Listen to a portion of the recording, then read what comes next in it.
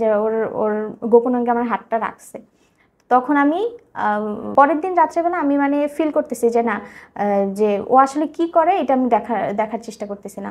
তো আমি দেখলাম কি ওর গোপন অঙ্গ ওখানে আর কি আমার হাতটা নিয়ে রাখছে।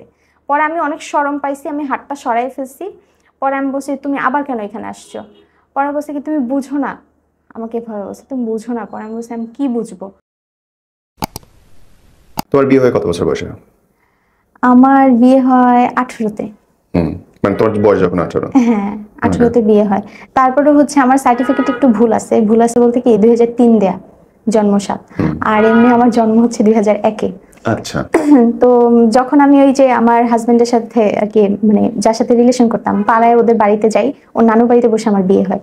তো নানু বাড়িতে যখন কাজী নিয়ে আসে তখন আর কি কাজী আমার সার্টিফিকেট দেখে বলে যে এই বিয়েটা আমি এখন করাইতে পারবো না, এটা এখন কোর্ট ম্যারেজ করতে হবে, কেননা মেয়ের বয়স হয়নি এখনো, এখন 1 মাস না জানি 2 মাসের মতন এটা বলছে যে বাকি আছে। পরে যাই হোক আমরা এই কোর্টে যাওয়ার সিদ্ধান্ত নিলাম। সিদ্ধান্ত নেওয়ার পরে ওর যে ওর একটা ফ্রেন্ড আছে খুবই ক্লোজ, সে তার চেনা একজন অ্যাডভোকেট, ওনার সাথে আমাদের দেখা করাই দিল, প্লাস আমাদের ওখানে বসে বিয়েটা হইলো। এর মধ্যে বাসা থেকে অনেকবার কল দিছে। ও আচ্ছা, আমাদের বিয়েটা হয়েছে বরিশালে বসে, আমি তো থাকি ঢাকাতে, ও ঢাকাতেই থাকতো। তো আমাদের বিয়েটা হয়েছে বরিশালে, ওর ফ্রেন্ড যাই হোক আমাদের বিয়েটা কোনোভাবে হয়ে গেল। আমরা বাড়িতে চলে গেলাম, নানু বাড়িতে আমার হাজবেন্ডের। যেদিন আমাদের বিয়ে হয় তার পরের দিন হচ্ছে আমি আমার শ্বশুর বাড়িতে যাই। আমার শ্বশুর বাড়িতে যখন যাই তখন আর কি আমার শাশুড়ি একটু অন্যরকম ছিল, মানে আমাকে তেমন একটা পছন্দ করতো না, ওই যে ছেলে পছন্দ করে নিয়ে গেছে এই কারণে, তো পছন্দ করতো না। যাই হোক পরে আস্তে আস্তে আর কি মানানসই হয়ে গেছে ওনার সাথে, উনি একটু অন্যরকমই, এটা গ্রামের সবাই জানে, মানে চিৎকার চেঁচামেচি একটু বেশি পছন্দ করে, অল্পতেই রেগে যায়, এরকম অবস্থা। আমার হাজবেন্ডের তখন হচ্ছে তেমন কোনো ভালো জবও নাই, ও তখন একটা শোরুমে মানে ইয়েলো একটা শোরুমে জব শুরু করে। তখন হচ্ছে 12,000 টাকার বেতন ছিল। ও হচ্ছে মানে আমাকে নিয়ে যে ঢাকায় বাসা নিয়ে থাকবে, নতুন নতুন যেহেতু বিয়ে করছি, সবাই বলা বলিও করে যে বউ কেন বাড়িতে থাকে, ও থাকে ঢাকায়। তো এখন আমরা যে নতুন বাসা নিয়ে থাকবো এমনও কোনো সিচুয়েশন নাই। পরে হচ্ছে ও তো ঢাকায় থাকতো আর ওই ইয়েলোতে শপে কাজ করতো, আর আমি বাড়িতেই থাকতাম। আমার আপন দেবর, ওর সাথে হচ্ছে আমার একটা বাজে একটা চলে আসে, মানে বাজে কি মানে আমার তরফ থেকে আমি ঠিক ছিলাম, কিন্তু ওর দিক থেকে একটা বাজে চিন্তা ভাবনা আছে। বাজে চিন্তা ভাবনাটা হচ্ছে কি যে ও আমার সাথে ফিজিক্যাল করতে চায়।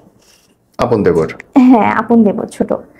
তো বয়স একই, কিন্তু তারপরেও ছোট, তো আমার সম্পর্কের দিক দিয়ে ছোট। তো ওর ভাই ঢাকায় থাকে দেখে ও একদিন রাত্রিবেলা আমার শ্বশুর শাশুড়ি না আমার শাশুড়ি তখন আমার ননদ, ওরা হচ্ছে 3 ভাই বোন, আমার ননদের বাড়িতে গেছে, কেননা আমার ননদ আবার মানে বাচ্চা জন্ম দিবে, তো প্রসব ব্যথা উঠছে, তো ওই জন্য উনি চলে গেছে। তো যেদিন চলে গেছে সেই দিন রাত্রেবেলা, মানে উনি গেছে বিকালের দিকে, সেদিন রাত্রেবেলা আমার শ্বশুর হচ্ছে মাঝের রুমে, মানে আমাদের 3টা রুম, মাঝের রুমে, আর আমি হচ্ছে পিছনের রুমে ছিলাম, তো একা ছিলাম তখন, তো ভাইয়া ছিল না। ও রাতের বেলা আমার ওখানে গেছে, গিয়ে মানে আমি তো আর বুঝতে পারিনি, আমি মাথায় হাত দিয়ে দেখতেছি ছেলেদের মতন আর কি চুল টুল, রাতের বেলা আমি ভয়ও পাইতেছিলাম। এর মধ্যে পরে আমি সাহস করে ফোনের লাইটটা জ্বালিয়ে দেখলাম যে আমার দেবর। ও কোথায় তখন? ও তখন আমার রুমে আমার খাটে বসা বসা? বসা। পরে হচ্ছে বসেও কি করতেছে? বসে আছে, মানে আমি শুয়ে শুয়ে মানে হঠাৎ করে চোখ খুঁজে দেখতেছি যে মানুষের আকৃতি, তখন জোনাকি রাত ছিল, তো দেখতেছি মানুষের আকৃতি। পরে আমি করলাম কি মানে মাথার দিক দিয়ে হাতটা দিলাম, এখন দেখি যে ছেলেদের মতো, মানে মানুষ, আমি বুঝতে পারতেছি, ফিল করতেছি একটা মানুষ ছেলেদের চুলের মতন। পরে আমি বললাম কে? পরে কোনো কথা বলে না, পরে আস্তে করে হাইটে চলে গেছে। এই নিয়ে তো আমি আরো বেশি ভয় পাইছি যে আল্লাহ কি হইলো, ভূত টুত নাকি। এরপর আমি সাথে সাথে মানে মেইন যে লাইটটা সাদা লাইট ওইটা আমি জ্বালানোর চেষ্টা করছি। পরে দেখি যে না, চারপাশে কোথাও কিছু নাই। আমি খাটের নিচে লাইট মারতেছি, তারপরে হচ্ছে আমি মানে সম্পূর্ণ রুম মানে চেক করছি, দেখি না আমার দেবর জায়গা মতন ঘুমানো, আমার শ্বশুরও জায়গা মতন ঘুমানো, সব জায়গায় সবকিছুই ঠিক আছে। তাহলে কেমনে কি হইলো? এখন তো আরো বেশি ভয় লাগতেছে। আর তাছাড়া হচ্ছে ওই রুমে কয়জন থাকে তখন? তোমার রুমে কি মানে যে রুমে গেছো সেই রুমে কি তুমি একাই থাকো? হ্যাঁ, সেই রুমে আমি একাই থাকি। আর আমার শ্বশুরের রুমে উনি একা, যেহেতু আম্মু ছিল না, আর আমার দেবর হচ্ছে সামনের রুমে থাকতো, তো ও শুয়ে আছে। ওদের সব রুমের দরজা খোলা? হ্যাঁ, আর আমাদের একটা কথা কি মানে আমাদের তো নতুন মানে ঘর দিছে, তো যার কারণে হচ্ছে দরজাগুলো লাগানো নাই, পর্দা দেয়া আর কি থাকে। তো যাই হোক গেল, আমি আবার বিছানায় এসে শুইছি, শুয়ে মানে একা একা ভাবতেছি যে আল্লাহ এটা কি হইলো আমার সাথে, মানে আমি কি স্বপ্ন দেখলাম না কি, এটা নিয়ে অনেক করলাম। সকালবেলা আমার শাশুড়ি তো বাসায় নেই, আমি মানে সব কাজ কাজ শেষ করে আমি আমার দেবরকে ঘুম থেকে জাগাইলাম। ও আবার হচ্ছে 11টা-12টার সময় ঘুম থেকে উঠছে, জাগাইছি। জাগানোর পর এখন সরাসরি তার আব্বুকে কিছু বলতে পারি না। আর দেবরের সাথে কিন্তু অনেক ভাবির আছে, অনেক কথা শেয়ার করে, দেবররাও কিন্তু শেয়ার করে ভাবিদের সাথে। তো আমি ওর কাছে বলছি কি যে আচ্ছা ভাইয়া এরকম এরকম এরকম কাজগুলো হয়েছে, এখন এটা কি ভূত নাকি আল্লাহই জানে।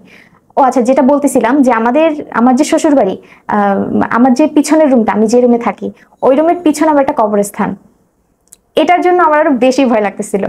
পরে গেল, ও বলতেছে যে না ভাবি ওইটা নিয়ে কোনো ভয়টা পাইও না, ওইটা মনে হয় তুমি স্বপ্নে টপ্নে দেখছো। পরে আমি বলছি আচ্ছা ঠিক আছে, এটা যে ওর কারবার ও আমাকে বুঝতে দেয় নাই।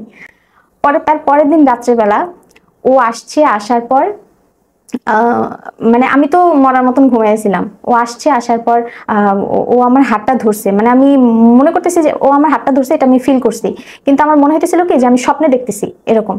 তো আমার হাতটা ধরে ওর চুলের দিকে করতেছে, ওর গালে এরকম, মানে হয়তো কোনো একটা জায়গায় করছে চুলটা, মানে এটা আমি আন্দাজে বললাম।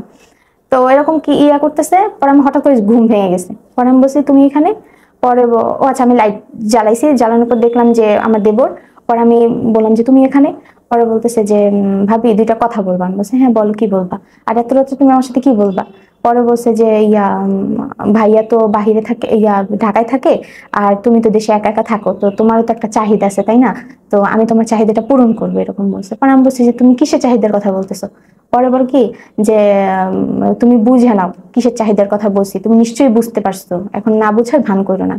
আসলে আমি যেটা সত্য কথা আমি বুঝতে পারছি, তারপর আমি আর কি যাতে ও চলে যায় আমি কথা কাটাই কাটাই এরকম করতেছি। তো ও মানে আরো বেশি কাছে আসার চেষ্টা করতেছে এরকম অবস্থা। পর বলতে ভাবি একটু প্লিজ এরকম একটু হই না, আমরা একটু ক্লোজ হই না। পরে আমি বলছি যে না এরকম এটা সম্ভব না, তোমার কি মাথা টাথা ঠিক আছে, আমি কিন্তু তোমার ভাইয়ের কাছে সব বিচার দিয়ে দিব, তোমার ভাইয়ের কাছেও বলবো, গ্রামের মানুষ জানলে তো সমস্যা হবে, গ্রামের মানুষটা তো আর জানাতে পারবো না, তোমার আব্বু আম্মুরেও জানাবো, তোমার ভাইয়াকেও জানাবো, তাহলে কিন্তু আমি এখান থেকে চলে যাবো, থাকতে পারবো না আমি এখানে। পরে ও বলছে যে দেখো তুমি আর আমি আড়ালে করবো, এটা কেউ জানবে না। পরে আমি বলছি যে না এটা কখনোই সম্ভব না। তো সেদিন রাতে ওরা আমি একটা থাপ্পড় মারছি, গেল। তো ওখান থেকে যাওয়ার পর মানে যাইতে চাচ্ছিল না, যাইতেই চাইতেছিল না, অনেক কষ্ট করে ওকে আমি ঠেলে ঠেলে পাঠাইছি। আর এখন হয়তো কোশ্চেন আসতে পারে যে একই ঘরের মধ্যে কথাবার্তা বলতেছি, কেউ শুনতেছে না। আমি আগেই বলছি যে আমার শাশুড়ি কিন্তু ছিল না, আমার শ্বশুর ছিল। তো আমার ফ্যামিলি সম্পর্কে আমি ওই আগের ভিডিওতে বলছি যে আমার শ্বশুর তো সারাদিন কাজবাজ করে, যার কারণে হচ্ছে রাতের বেলা সে মরার মতন পড়ে থাকে, আর সেটা মানে শোনার মতন নেই, এটা সবার ক্ষেত্রেই। সারাদিন কাজ করার পর রাতে কিন্তু কোনো হুঁশ থাকে না। কতক্ষণ ছিল ও হচ্ছে ভাইয়া এটা আমি করতে পারবো না, মানে অনেকক্ষণ ছিল, আমরা অনেক কথাবার্তা বলছি, যে এইসব কথাই বলছে, আরো অনেক কথা বলছে যেগুলো এখন মনে পড়তেছে না। তো গেল এগুলা, যাওয়ার পরে হচ্ছে ও আচ্ছা ওকে আমি থাপ্পড় মারছি, ও চলে গেছে। চলে যাওয়ার পর আমি একটু রিল্যাক্সে ঘুমাইছি। সেদিন সকাল হয়েছে, ওর ভাইয়ের সাথে আমার আবার একটু ঝগড়া ছিল, কারণ আমার যে আপন ননদ, ওর হাজবেন্ড হচ্ছে আমাকে কল দিত, আমি